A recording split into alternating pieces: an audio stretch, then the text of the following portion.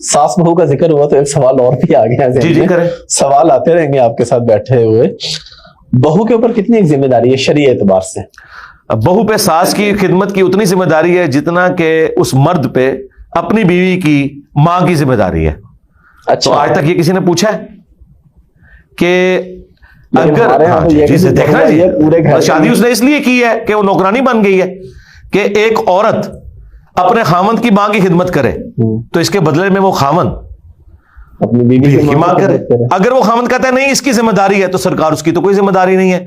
قرآن میں تو بیوی کا نان و نفقہ مرد کے ذمہ ہے, عورت کے ذمہ تو کچھ نہیں ہے. ایون حیران کن بات بتاؤں, بیوی اپنے بچے کو دودھ پلانے کا خرچہ بھی اپنے خاوند سے ڈیمانڈ کرے گی طلاق کے بغیر ساتھ رہتے ہوئے. تو اندازہ کریں تو یہ کون سا اسلام ہے؟ اسلام میں ساس بہو کا رشتہ ایگزسٹ ہی نہیں کرتا. یہ میرا چیلنج ہے, کوئی دنیا کا عالم مجھے کسی ضعیف حدیث سے ساس بہو کا رشتہ بتائے, کوئی اس کے احکامات بتائے. اسلام میں تو فیملی میاں بیوی اور بچے ہیں, ساس بہو کا کوئی لینا دینا نہیں ہے اس طرح کے انٹریکشن کا.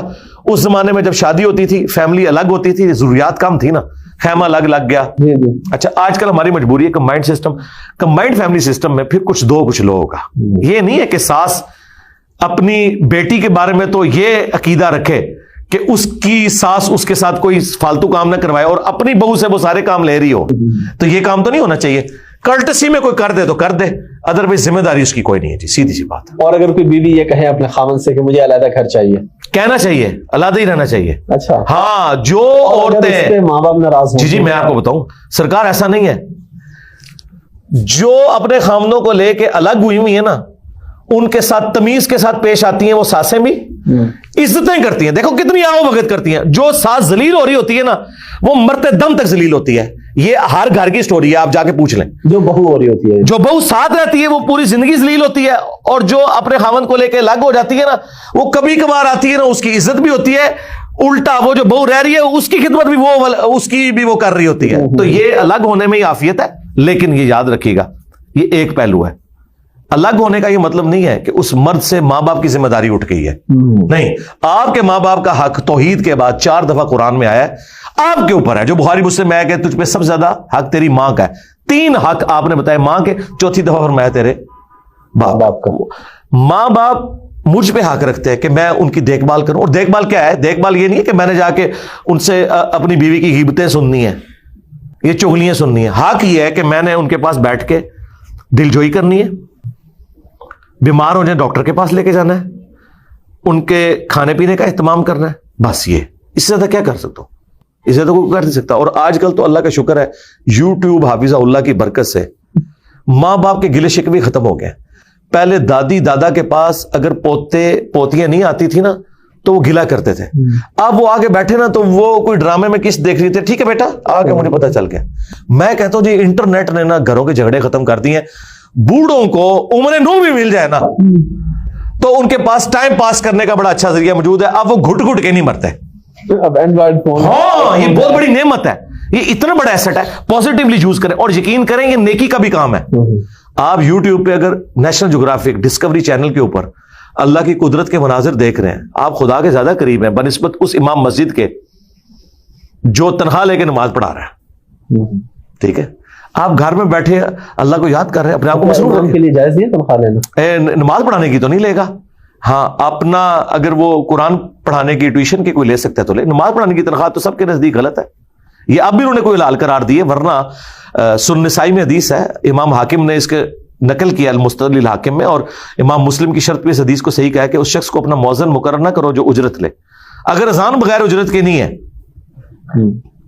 اذان اگر اجرت کے ساتھ اگر آپ کریں گے تو وہ ہوگی نہیں, تو نماز کہاں سے ہوگی؟ کیونکہ نماز تو فرض تھی. مجھے بتائیں وہ جو امام مسجد ہے اس کی اپنی نماز پڑھنا اس میں فرض تھا کہ نہیں؟ فرض تھا.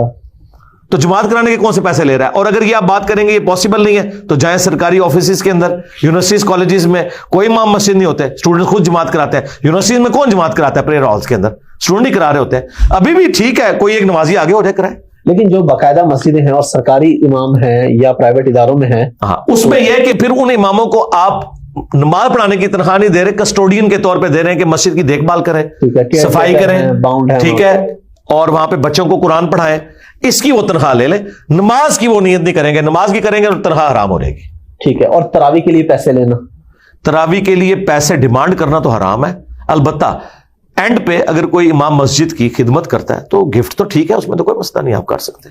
لیکن ویسے نہیں آپ کو سے پیسے کیسے آپ کر سکتے؟ نماز پڑھا رہے ہیں نا, ہاں قرآن کی ٹیوشن اگر کوئی پڑھائے نا ایز اے نالج, وہ تو بخاری مسلم میں حدیث ہے کہ سب سے بہترین چیز جس سے تم کمائی کرتے ہو وہ اللہ کی کتاب ہے. وہ اس کانٹیکسٹ میں تھی کہ وہ ایک قبیلے کے بندے کو سانپ نے ڈس لیا تھا, دوسرے صحابی نے سورہ فاتحہ پڑھ کے دم کیا تھا اور پورا بکریوں کا ریوڑ لیا تھا.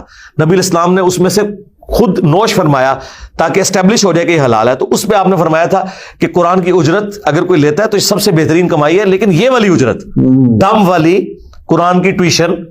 لیکن ٹیوشن میں یاد رکھیں, ابو داؤد میں حدیث ہے کہ جس نے قرآن کی ٹیوشن اس طریقے سے پڑھائی ہے کہ کسی غریب آدمی کے اوپر ظلم کیا ہے تو آگ کی کمان وہ لے کے جا رہا ہے, کیونکہ وہ ایک صحابی نے ایک غریب بندے سے وہ جو ہے نا وہ ڈیمانڈ کر لی تھی, تو آپ فرمایا یہ آگ کی کمان ہے جو تم نے لی ہے. ٹھیک ہے, ویسے ٹیوشن پڑھائے تو بہت اچھی بات ہے. اچھا, اور جو ابھی ہم نے آپ سے سوال پوچھا تھا کہ اگر کوئی بیوی کہتی ہے الگ اور ماں باپ کے ہم اجازت نہیں دیتے تو وہ نافرمان ہو جائے گا. ماں باپ کیوں اجازت دیں گے؟ ماں باپ کب سے شریعت ساز ہو گئے؟ آپ نے کلمہ اس کا پڑھا ہے جس کی قبر مدینے میں, ماں باپ کا کلمہ پڑھا ہے, ٹھیک ہے, ان کو بتائیں پھر ساس بھی کبھی بہو تھی, اسے کہیں کہ اماں مجھے ذرا قرآن پہ حلف دے کہ تیری بھی یہ خواہش نہیں تھی, تو آج وہی خواہشات جو ہے تو دوسروں کو بھی رائٹ دو نا. ٹھیک ہے, تو ماں باپ یہ کیسے کہہ سکتے ہیں بیٹے کو کہ تو اپنی بیوی لے کے الگ نہ ہو؟ یہ تو نہیں کہ یہ وہ کہہ سکتے ہیں کہ تو ہمارے حقوق پورے کر. ٹھیک ہے, وہ تو پورے کرے گا, میں نے بتایا وہ تو اس نے ضرور پورے کرنے ہیں. الگ گھر تو اس کی یعنی اس کا رائٹ ہے, کیوں نہ کرے.